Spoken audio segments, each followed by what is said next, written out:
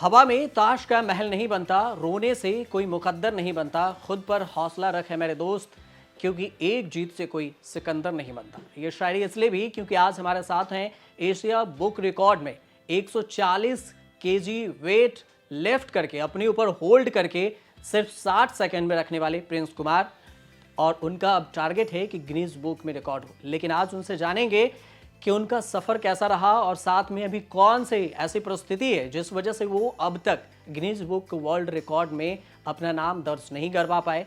साल 2022 में उन्होंने एशिया बुक रिकॉर्ड में अपना नाम दर्ज कराया था। तो आज हमारे साथ हैं। सबसे पहले प्रिंस, आपका न्यूज़ तक में बहुत बहुत स्वागत है। आप ये बताइए कि सबसे पहले ये जिम्नास्ट क्या होता है, क्योंकि पहले कहा जाता था जिम्नास्ट को कि ये एक जादूगर है, कि जादू की नज़रिए से देखा जाता था कि एक टेक्निकल जादू आप इसे कह सकते हैं, कि टेक्निकल जादू से लोगों को आकर्षित करना। अगर किसी को अभी जिम्नास्ट आता है तो ऐसा लगता है कि उसके अंदर ऐसा टेक्निक है जिससे कोई भी अट्रैक्ट हो सकता है। तो जिम्नास्ट है क्या, सबसे पहले ये समझते हैं क्या होता है जिम्नास्ट। जिम्नास्ट मतलब एक कहा जाता है कि जिम्नास्टिक एक mother of all the sports है। इस गेम में मतलब आप बॉडी फ्लेक्सिबिलिटी, स्ट्रेंथ, स्टेमिना पे वर्क करते हैं। जो मतलब आप इसके जिम्नास्टिक कर रहे हैं तो इसके अलावा आप और भी स्पोर्ट्स में आप अच्छा कर सकते हैं। अच्छा, तो अगर किसी को किसी एक चीज़ में, आपने जो एशिया बुक रिकॉर्ड में पहले दर्ज कराया, पहले यही बात कर लेते हैं कि इन्होंने योग में चक्रासन किया और उनसे 140 केजी वेट अपने ऊपर होल्ड किया। उसके बाद इन्होंने उस रिकॉर्ड को एशिया बुक में दर्ज कराया। तो ये सबसे पहले आपने ऐसा कब सोचा, कब दिमाग में आया कि यार मुझे ना इसमें जाना है, मुझे इसी में रिकॉर्ड दर्ज कराना है, ऐसा आइडिया कब आया और आपने ये सब शुरू कब किया? मैं इसकी शुरुआत मैंने अपने होम टाउन से की थी, जब मैं वहाँ मार्शल आर्ट सीख रहा था। कोविड के वजह से मतलब कुछ एक्सीडेंट हुआ था मेरे साथ, जिसके वजह से मुझे मतलब फुल्ली बेड रेस्ट 2 साल के लिए कर दिया गया था। तो उस टाइम, उससे पहले मैं अपने फैमिली से छिपा करके मार्शल आर्ट्स की ट्रेनिंग कर रहा था।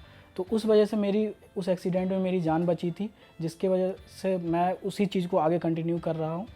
और मतलब अभी भी उतना सपोर्ट नहीं मिल पा रहा है। तो अब जैसे ही एशिया बुक ऑफ रिकॉर्ड मैंने कंप्लीट किया है तो अब सारे जगह से सपोर्ट मिल रहे हैं, फैमिली, फ्रेंड्स। एक चीज़ आपने ये भी बताया था कि एशिया बुक ऑफ रिकॉर्ड के अलावा आपके पास इंडिया बुक ऑफ रिकॉर्ड में भी वेट होल्ड करने का आपने रिकॉर्ड बनाया है। वो 118 केजी और 5 ग्राम का वेट होल्डिंग का है।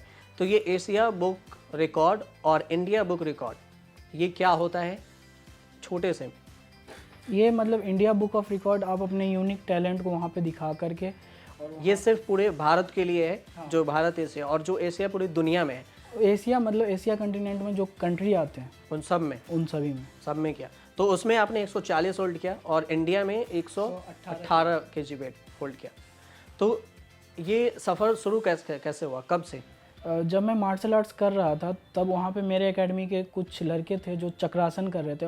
और हम लोग के एकेडमी में सारे लड़के मतलब विद्यु जाम्बाल सर, जो वर्ल्ड के टॉप 3 मार्शल आर्टिस्ट हैं, उनको फॉलो करते हैं हम लोग। और हम लोग जाम्बालियन ग्रुप में सोशल मीडिया पे ज्वाइन रहते हैं। तो उनका एक वीडियो, उन्हीं के एक वीडियो देखा था मैंने, जिसमें उन्होंने चक्रासन पे एक पर्सन को खड़ा रखा था। तो मेरे एकेडमी में भी कुछ लोग किए थे। तो फिर उसके बाद मैंने भी ट्राई किया। तो जब मैंने एक लड़के को अपने ऊपर खड़ा किया तो मुझे बॉडी में ये फील हो गया कि मैं इससे ज़्यादा वेट होल्ड कर सकता हूँ। उसके बाद और भी वेट उठाने का? उसके बाद मैंने टारगेट किया कि मैं 2 लोगों को टारगेट करूँ। तो फिर मैंने 2 लोगों को टारगेट किया, फिर धीरे धीरे टाइम इंक्रीज किया। फिर 1 मिनट जैसे ही हुआ तो फिर मैंने उसे ऑफिशियली रिकॉर्ड के लिए अप्लाई कर दिया। आपने एक फिल्म आई थी विद्युत जाम्बाल की जंगली, उसमें आप देखे होंगे कि विद्युत जाम्बाल 4 बोतल पे अपना पैर रख के उसके बाद वो पुशअप करते हैं। वो वीडियो भी मैंने देखा था, शायद आपका ही वीडियो है। हाँ, मैंने जो बोतल पे भी पुशअप किया है। वो वीडियो भी आप देख सकते हैं कि किस तरह से। लेकिन ये कितना रिस्की होता है कि अगर हम बोतल पे पुशअप करें, या फिर आपका दूसरा है कि आप कील पे, लोहे की कील पे आप एक्सरसाइज कर लेते हैं, आप जिम्नास्ट करते हैं, वेट होल्ड करते हैं, उसी पे आपने किया? उस पर भी मैं कर रहा हूँ अभी।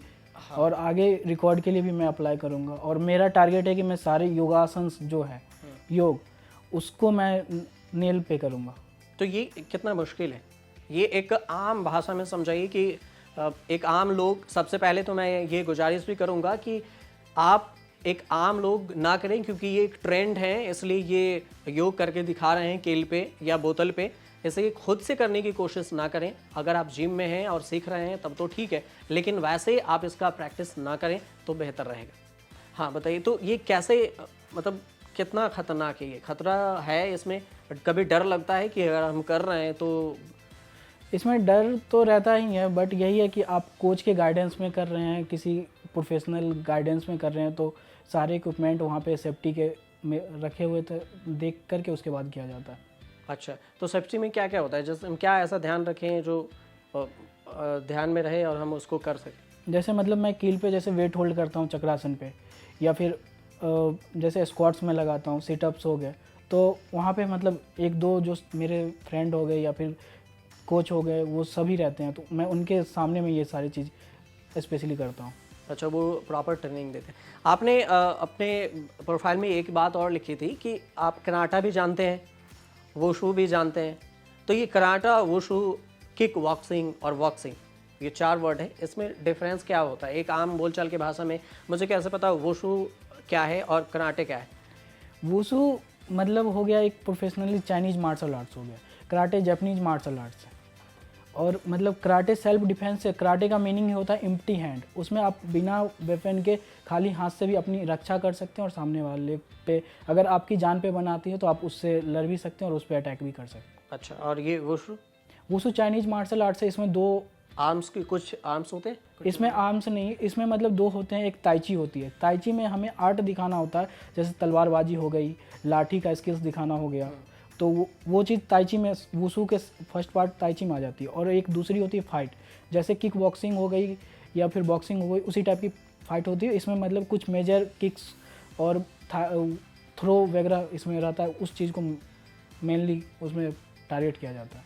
अच्छा, और घर पे आप बिहार के रहने वाले हैं, बिहार के समस्तीपुर से हैं आप, तो आप ये बताइए कि आपकी फैमिली में मदर फादर का क्या बैकग्राउंड है?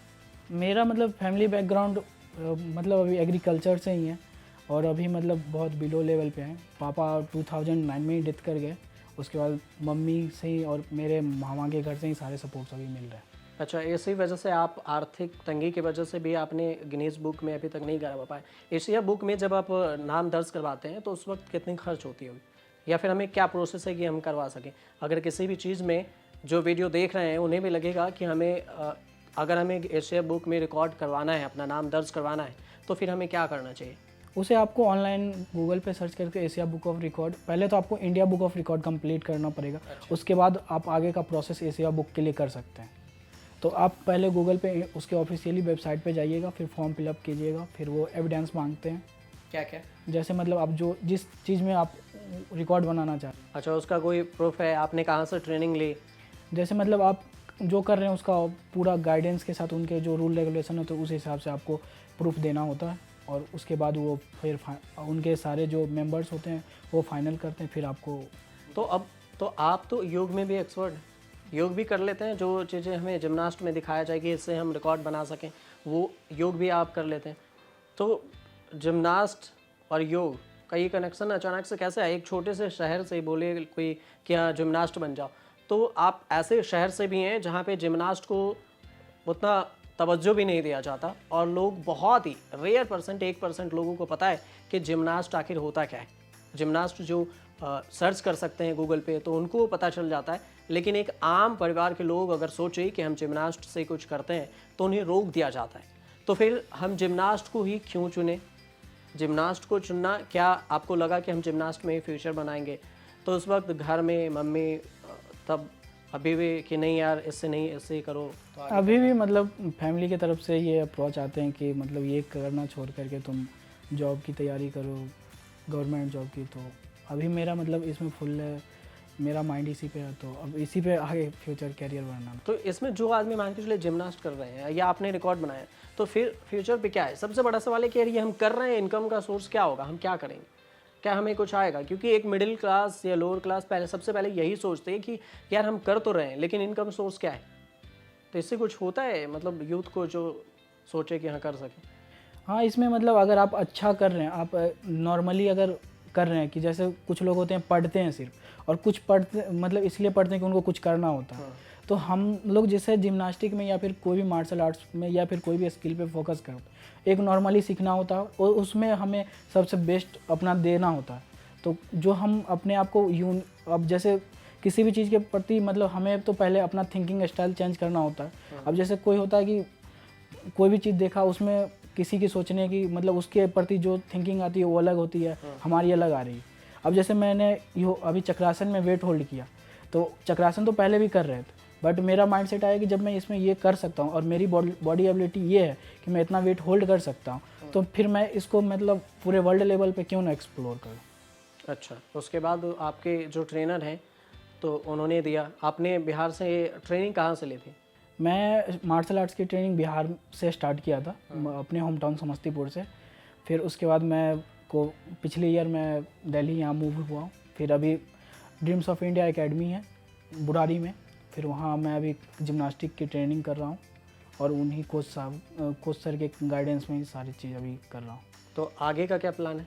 आगे मुझे मतलब अभी जिम्नास्टिक स्टंट वगैरह सारे क्लियर करने हैं। मैं स्टंट वगैरह भी, स्टंट में क्या क्या करते हैं? जैसे मतलब हो गया बाइक स्टंट हो गया, जैसे नेल पे लेट करके बाइक अपने ऊपर से चढ़वाना।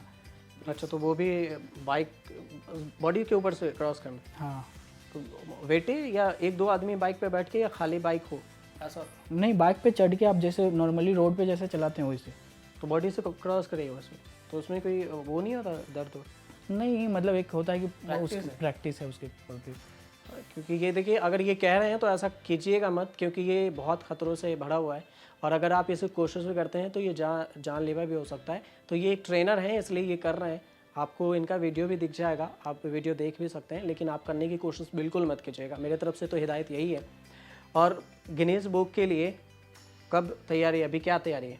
उसके लिए मैंने तैयारी कंप्लीट कर रखी है और अब मैं अभी स्पॉन्सरशिप के लिए टारगेट कर रहा हूँ, मतलब स्पॉन्सरशिप के लिए वेट कर रहा हूँ। मैंने मतलब जो मेरा टारगेट था कि नेल बोर्ड पे, तो अब नेल बोर्ड पे मैं चक्रासन करते हुए 82.5 kg 1 मिनट 10 सेकेंड क्रॉस कर लिया हूँ।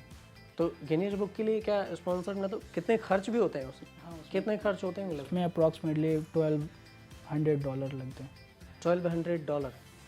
अच्छा, अब इसे कन्वर्ट कर लीजिए, $1200 इंटू 80 रुपीज़ अमेरिका से, अगर अमेरिकी डॉलर से अगर हम तुलना करते हैं तो कुल मिला के इतने खर्च होंगे।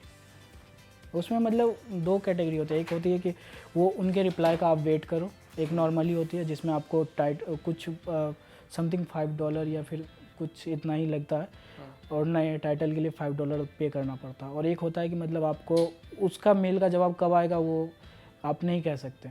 और एक होता है पेड वाला, तो पेड वाले में आपको उनको जवाब देना होता है और वो सारा अरेंजमेंट करके देते हैं जहाँ आपको परफॉर्म करना होता है। अच्छा, वो सब कुछ करके देंगे, उसके बाद आप परफॉर्मेंस करेंगे।